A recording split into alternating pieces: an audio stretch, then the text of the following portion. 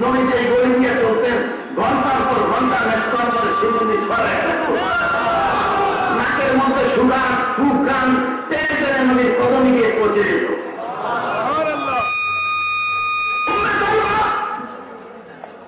নবী ঘুমিয়েছেন, দুপুরে খাওয়া দাওয়া করে ঘুমিয়ে পড়ছেন। গরমের দিন, ঘাম ঝরতেছে, বগলের মধ্যে শিশির মধ্যে উম্মে সালমা ঘাম মোবারক দিতেছেন। আল্লাহ নবী চক্ষু খুলে বলে, এই উম্মে সালমা তুমি কি করতেছো? বলে, হুজুর আপনার ঘাম মোবারক শিশির মধ্যে বগলের মধ্যে নিচ্ছি। বলে, কেন?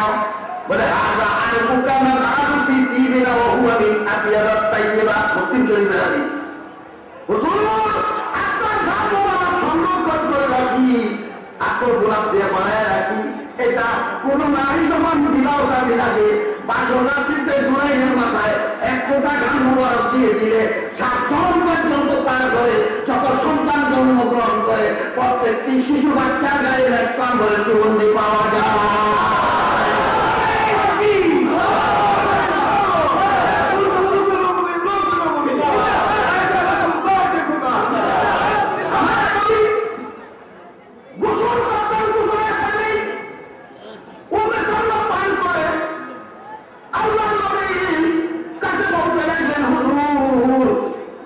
গোসলের পানি আমি পান করে ফেলেছি।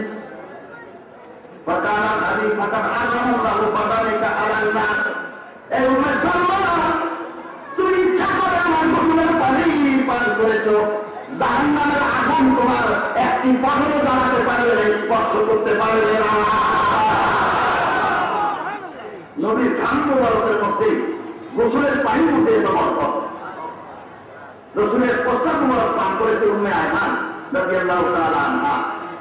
এই উম্মে আয়মান সকালবেলা আল্লাহ নবী বলেন, আমার প্রস্তাব করে ফেলে দিয়ে আসো। হুজুর কোথায়? বলে, আমার খাবার দিয়েছে। বলে, হুজুর গভীর রাতে পিপাসা, চোখগুলো ভয়ে দরজা খুলি নেই, কোন জায়গায় পানি ছিল না। আমি মনে করেছি দিনের বেলা শরবত কোন সাহাবা তাকে দিয়েছিল, আমি ওটা পান করে ফেলেছি। জীবনে এত সুস্বাদু শরবত আমি উম্মে আয়মান কোন সময় পান করি নাই। আল্লাহ নবী বলেন, মা দশটা কি বাকি দেওয়া পারেন? এই উম্মে আয়মান তুমি আমার প্রস্তাব পান করেছো, মৃত্যু পর্যন্ত তোমার পেটের মধ্যে কোন রকমের বিমারি স্পর্শ করতে পারবে না। বলেন সুবহানাল্লাহ।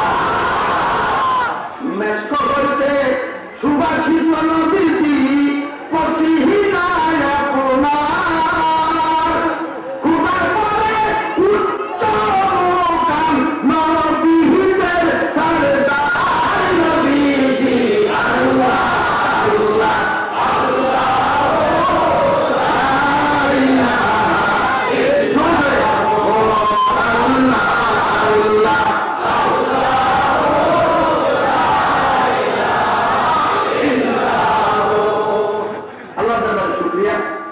সেই মহিয়ান বলিয়ান রব্বুল আলামিন আহকামুল হাকিমিনের রুবুবিয়তের শহীদের বাণী, ইমামের বাণী, দরবার শরীফের 48তম উৎসবে এই মাহফিলের পক্ষ থেকে রব্বুল আলামিনের রুবুবিয়তের দরবারে কোটি কোটি শুকরিয়ার সাথে একবার চিৎকার দিয়ে বলবো আলহামদুলিল্লাহ, আওয়াজ দিয়ে বলবো আলহামদুলিল্লাহ।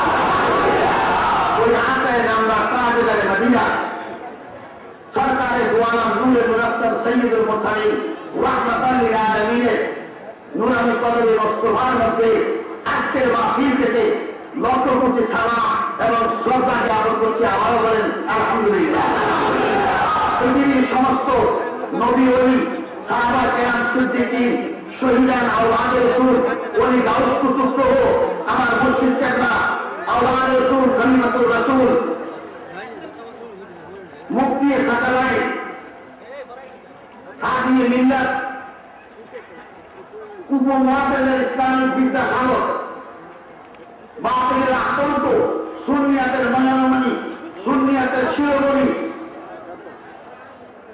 সুন্নিয়াতের গৌরব,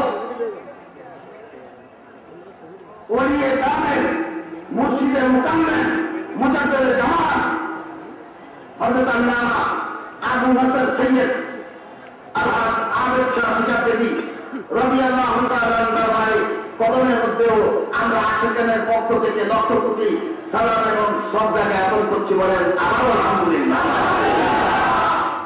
আমার দূর দূরান্ত থেকে আগত আশিকে রাসূল, আশিকে ওলি, শ্রদ্ধেয় মুরব্বিয়ানে কেরাম, হুসাইনি কাফেলার যুবক সৈনিকেরা, ইসলামী ছাত্র সেনার যুবক সেনানী ভাইয়েরা, যুবক বাবা, ছোট ছোট বাচ্চারা, কৃষিজীবী, বুদ্ধিজীবী, রাজনীতিবিদ, সমাজসেবক, চাকরিজীবী, ব্যবসায়ী, বিশেষ করে পর্দানিসীন মা ও বোনেরা, আসসালামু আলাইকুম ওয়া রাহমাতুল্লাহি ওয়া বারাকাতুহু। আমাদের বোঝা গেল যে হুজুর আপনার ওয়াজ শুনতে চাই না, আপনি তাড়াতাড়ি ভাগেন, নতুন কোন হুজুর আপনার সামনে আমাদের সামনে উপস্থাপন করেন, এরকম কোন হিসাব আপনাদের আসেনি। আমি সালাম দিলাম একজনের আওয়াজ যা হয়েছে লক্ষ, 1 হইতে 1.5 লক্ষ লোক তো প্যান্ডেলে আছে, বাইরে আছে অন্তত রাস্তার মধ্যে আরো 1.5 হইতে 2 লক্ষ লোক। যে এই সমস্ত লোকের সালামগুলির উত্তর এত আস্তে হওয়াতে আমি দুঃখ প্রকাশ করতেছি। আমি আবার আপনাদেরকে বিনয়ের সাথে সালাম দিচ্ছি, যেটি আপনাদের আওয়াজ একটু বাড়াই দিন। আসসালামু আলাইকুম।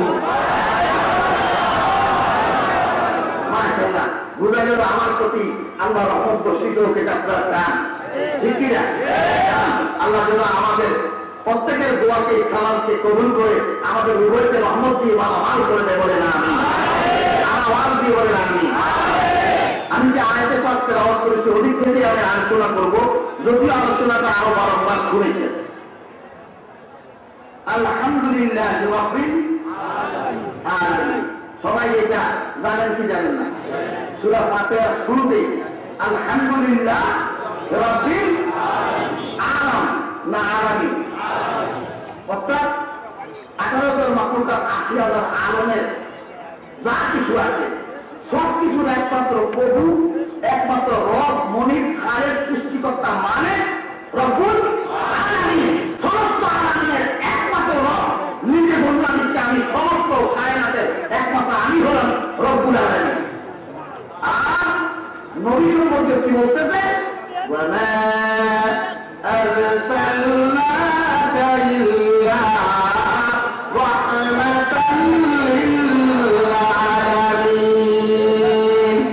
মানে নবী ইসলাম, নবী ইসলাম আরবি কায়দা, গ্রামার, বানাগাত অনুযায়ী, নাহার এবং বানাগাতের কায়দা অনুসারে আল্লাহ রাব্বুল আলামিন কসর হাসর দিয়ে এই আয়াতে পাকের মধ্যে তাফসীর করতেছেন, ব্যাখ্যা দিচ্ছেন। বন্ধু, শুধুমাত্র ওয়ানলি ফর ইউ, একমাত্র আপনাকে শান, মর্যাদা, পায়া, এলেম, বিদ্যা, বুদ্ধি, হুঁশ, আকল, দিনী, বাহাদুরি, রাম, সারাম, কেরদার, গফফার, শকর, খদ্দার সম্পর্কে আমি আল্লাহ রাব্বুল আলামিন শুধুমাত্র সমস্ত নবীদের মাঝ থেকে আপনাকে শুধু এই শান, ইজ্জত, মর্যাদা, পজিশন আমি আল্লাহ দিয়েছি। কি পজিশন?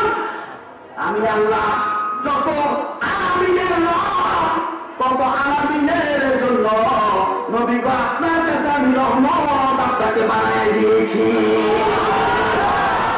আলামিনের এরিয়া যতটুকু, বাউন্ডারি যতটুকু, গোটা খুদাই জমিনের, খুদাই কায়নাত সমস্ত আপনার রহমতের হাতে আমি আল্লাহ তুলে দিয়েছি। আমি আল্লাহ রব্বুল আলামিন হয়ে যতদিন থাকবো, আপনার আপনি নবীও রহমতান লিল আলামিন হয়ে ততদিন থাকবে। কি আল্লাহ কি শেষ হয়ে যাবে? শেষ হওয়ার কথা আছে নাকি? আল্লাহর শেষ নাই, আর আল্লাহ রসুলের পজিশনেরও শেষ নাই। আওয়াজ দিয়ে বলেন একটু শোনা আলহামদুলিল্লাহ, আওয়াজ দিয়ে বলেন আলহামদুলিল্লাহ। আল্লাহ হাবিব সম্পর্কে আল্লাহ বলেন, লাকাদ জাআকুম রাসূলুম মিন আনফুসিকুম আযীযুন আলাইহি মা আনিতুম হারিসুন আলাইকুম বিল মুমিনিনা রাউফুর রাহিম। আমরা চিনলাম না, আমরা রাসূলের সরাসরি উম্মত হয়ে রাসূলকে চিনলাম না। আল্লাহ সাক্ষী দিচ্ছে যে আমরা একটু কাটা গেলে করে বাবারে মারে বলে চিৎকার করি, একটু পোড়া গেলে, একটু উষ্টা খেলে আমাদের নৌকোতে আসতে, রক্ত বের হলে আমরা দাঁত দিয়ে চিৎকার করি, মাকে বাবা বলে। সামান্য আমার নবীর উম্মতের কষ্ট, আমার নবীর রহমতের পরিমাণ মধ্যে দিয়ে ধাক্কা লাগে, এটা আল্লাহ কোরআনের মধ্যে আয়াতে কারিমার মধ্যে স্পষ্ট ঘোষণা দিয়ে দিলেন।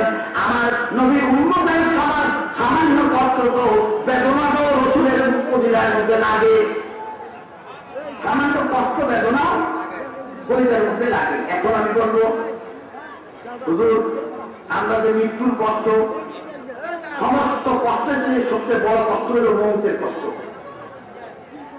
নবী বলছেন ফাঁকা কিয়ামত হবে, মৃত্যু হলো কিয়ামতের মতো।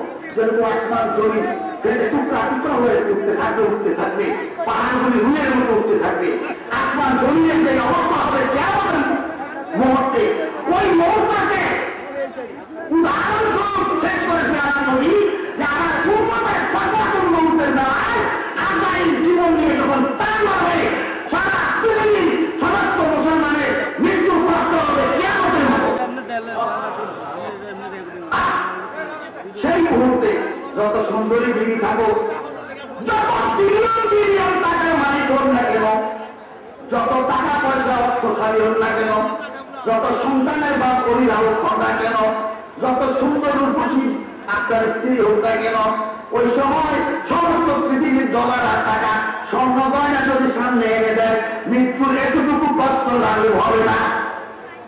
আমি বলবো আমরা বিশ্বাস করি আমার নবী মদিনার কান্দিওয়ালা রাসূল ইচ্ছা করলে তো মা ওখানে থাকতে পারতেন, কেন থাকলেন না?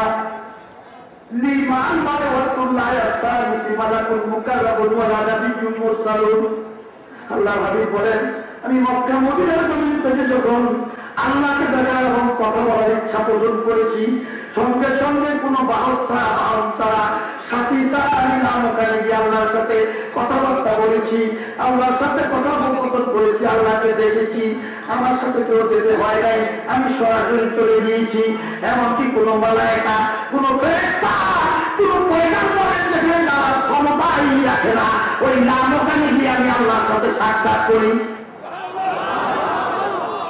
अरे चहते हैं मसनदे रिफात रसूलुल्लाह की, अरे चहते हैं मसनदे रिफात रसूलुल्लाह की।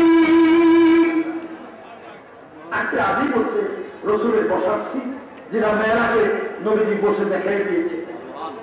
ইচ্ছা করলে নবী আজকে আজকে থাকতে পারত। মা দাখালতুল জান্নাতা কাটতো ইলা সামাইতু খাসকাতাকা ইমানি মুসলিম শরীফের হাদিস। নবী বলেন, আমি যখন ইচ্ছা করি জান্নাতে যাই, পিছনে পিছনে আমার বেলালের পায়ের শব্দ শুনতে পাই। নবী আসমানে থাকতে পারতেন, জান্নাতে থাকতে পারতেন, নবী আরশে আজিমে থাকতে পারতেন, নবী আল্লাহর নামকানে থাকার ব্যবস্থা আল্লাহ নবীর ক্ষমতা আল্লাহ দিয়েছে আমরা নবীকে। কিন্তু কেন শরীরের মদিনার এই মাটির নিচে কেন শরীরের রবে আকারে কেন ঘুমাইলেন? হুকুমরে একদিন সত্যিকারে ঠিক করে তোমাদের সবাই আত্মীয় স্বজনরা করে 3 হাত অন্ধকার মাটির মধ্যে মাটি চাপা দিয়ে করে গিয়ে ঘুমায় যাবে শীতকালে। অন্ধকার কবর যখন মানচিহ্ন কি বসে আসবে তিনটা কষ্ট যখন তোমাদের সামনে করবে, অন্ধকার কবরের ভয়ানক মনচিহ্ন ফেলে চেহারা দেখে উত্তর দেওয়ার অবস্থা তোমরা হারাইয়া ফেলবে। আমি আল্লাহ নাম ওখানে থাকি নাই, আর সে আমি থাকি নাই, জান্নাতে থাকি নাই, আমি কেন তোর মদিনায় ঘুরাইছি? সবাই তোদেরকে সত্যিকার একদিন এতিম বানায়া অন্ধকার কবরে সরিয়ে জান্নাত করে চলে যাবে। ওই দিন আমি নবী মুস্তাফা মদিনা থেকে তোর কবরে আসতে দেরি হবে না। আমাকে দেখে ওই দিন তোর সব ভয় দূর হয়ে যাবে।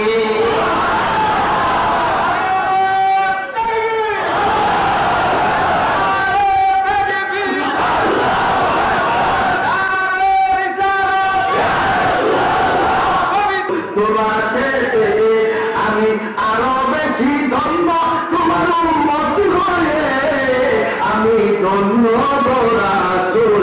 তোমাকে তোমার উম্মত হতে চেয়েছিলেন সকল নবী, তাই তো তোমাদের যে ঝুঁকে আছে সৃষ্টি সবই, সৃষ্টি সবই।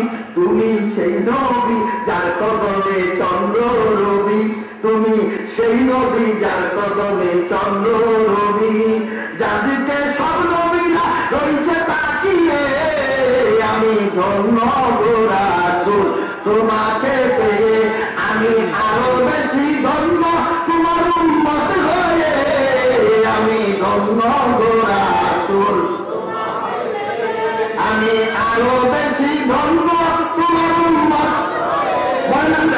আমি আরো বেশি ধন্য তোমার উম্মত করে, আমি ধন্য গো রাসূল।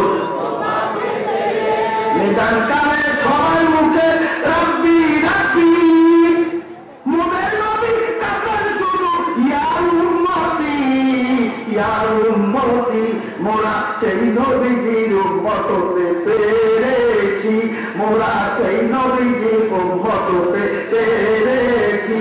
যেই নবী সর্বদা দেখেন নিকট হয়ে, আমি ধন্য গো রাসূল তোমাকে পেয়ে, আমি আরো বেশি ধন্য তোমার উম্মত হয়ে, আমি ধন্য গো রাসূল তোমাকে, বলনা আমি ধন্য গো রাসূল তোমাকে পেয়ে, আমি আরো বেশি ধন্য উম্মত হয়ে, আমি ধন্য গো রাসূল তোমাকে পেয়ে, আমি সব নিয়ামত পেয়েছি তোমারই সাদকায়। ইন্নামা কাসিমু আল্লাহু, সৃষ্টিকে যা কিছু আল্লাহ রাব্বুল আলামিন দেয়, আমার নবী বলেন আমি সেই সমস্ত রহমত এবং নিয়ামত আমার নবুয়তি হাতে নিবদ্ধ করি। আর কিয়ামতের ময়দানেও আমি আল্লাহ আমার নবীর হাতে এমনকি গুনাহগার না, যারা জান্নাতের সার্টিফিকেট নিয়ে হাসরের ময়দানে দাঁড়াবে, নবী সিদ্দিকীন শহীদা আউলিয়া কামিলিন যারা, এরা তো জান্নাতি, সে সমস্ত ওলি আল্লাহরাও জান্নাতি। কিন্তু কিয়ামতের ময়দানে আমি আল্লাহ জান্নাতীদের জান্নাতও আমার হাবিবের হাত ছাড়া আমি কিয়ামতের ময়দানে দেব না। আমি হাদিসে কুরসির মধ্যে হাদিসটা রয়েছে, তাহাতানি শরীফের মধ্যে হাদিসটা কোট করা হয়েছে, হাবিব আপনি কোথায়? লিআন্নাহু ইউকাসিমুল জান্নাতা বাইনা আহলিহা। হাবিব আপনি কোথায়? হাসরের আদালতে, হাসরের ময়দানে আল্লাহ ডাক দিয়ে বলবে, হাবিব আপনি কোথায়? আপনি আসেন, আপনার নবুয়তের হাত দিয়া, রহমতের হাত দিয়া জান্নাতের আমি দুনিয়ার থাকতেই জান্নাতের দিকে দিয়েছি, ওই জান্নাতের জান্নাত আপনার নবুয়তের হাতে হাসরের ময়দানে আপনি বন্টন করুন। উচ্চারণ বলুন না সুবহানাল্লাহ। ওয়াহদাতু সালিসাতা জিয়াউল ইয়াদাবু ইলা ফিল খাতে হাত্তা ইব্রাহিম, সমস্ত সৃষ্টি নবী বলেন কিয়ামতের ময়দানে আমার মুখোমুখি হবে, এমনকি হাত্তা ইব্রাহিম খলিলুল্লাহ আমার মুখোমুখি হওয়াটা জান্নাতে প্রবেশ করতে পারবে না। কেন ইব্রাহিম খলিলুল্লাহর নাম নিয়ে এখানে একটা কথা রয়েছে, অন্য নবীর নাম নেওয়ার পরে হাত্তা ইব্রাহিমের কথা কেন বললো? সৃষ্টি সব মুখাবের কি হবে, ইব্রাহিম আলাইহিস সালামের মুখাবের কি হবে? কারণ কি, আমার নবীর প্রতিশোধ সৃষ্টির মধ্যে প্রথম এবং প্রধান নবী হলো 1 নম্বর নবীর মর্যাদা, নবীর পরে 2 নম্বর ক্লাসের যে সিটটা, এটা হলো সাইয়েদনা ইব্রাহিম আলাইহিস সালামের প্রতিশোধ। এই জন্য আল্লাহ নবী বুঝিয়ে দিয়েছেন, একদিন মোটা কথা আমার মনুবিরা তোরা যা মনে করতো আমার নবীকে, আমি নবীকে যা মনে চায় তা করছো, তার দেখছো, এত সহজ মনে করিস না। ইব্রাহিম খলিলুল্লাহ সেকেন্ড ক্লাসের পজিশন নবীর মধ্যে যিনি আমার কলেজার সিট আসন, সেই নবীও কিয়ামতের ময়দানে আমি নবী মুস্তাফার কাছে ধর্ণা লাগিয়ে জান্নাতে যাওয়ার কোনো ক্ষমতা পাবে না। সুতরাং কোন নবী যে কিয়ামতের ময়দানে নবীর হাত ছাড়া জান্নাতে যাবে, এটা কোনো গ্যারান্টি কিয়ামতের ময়দানে থাকবে না। আর আমার জীবন না সুবহানাল্লাহ, সুতার জীবন না সুবহানাল্লাহ। ওইটা কানা ইয়াউমুল কিয়ামতে কুনতু ইমামান নবী ওয়া খাতিবাহুম ওয়া শাফাআতুহুম আলাইহা। সমস্ত নবীরা কিয়ামতের ময়দানে, সমস্ত নবীদের কিয়ামতের ময়দানে আমি নবী ইমাম হব, খতিব হব এবং সাফায়াতকারী হব। কত বড় কথা! নবী এই কথা বলে দিয়েছেন, সাইয়েদনা আদম আলাইহিস সালাম থেকে হযরত ঈসা আলাইহিস পর্যন্ত যত নবী এবং তার উম্মতরা দুনিয়াতে আসছে, কেউ ওই জান্নাতের প্রবেশ করতে পারবে না। কোটি কোটি কোটি কোটি বছর আগে আদম আলাইহিস সালাম নবী এবং তার উম্মত আসছে, অথচ আমরা কোটি কোটি বছর পরে দুনিয়াতে আসছি। আমরা সাধারণ নবীর উম্মত হইয়া, আল্লাহর বান্দা হইয়া, বান্দি হইয়া দুনিয়াতে আসছি, অথচ আমাদেরকে আগে জান্নাতে প্রবেশ না করায়া আল্লাহ রাব্বুল আলামিন কোন নবী এবং উম্মতকে জান্নাতে প্রবেশ করতে দিলেন না। বলেন সুবহানাল্লাহ।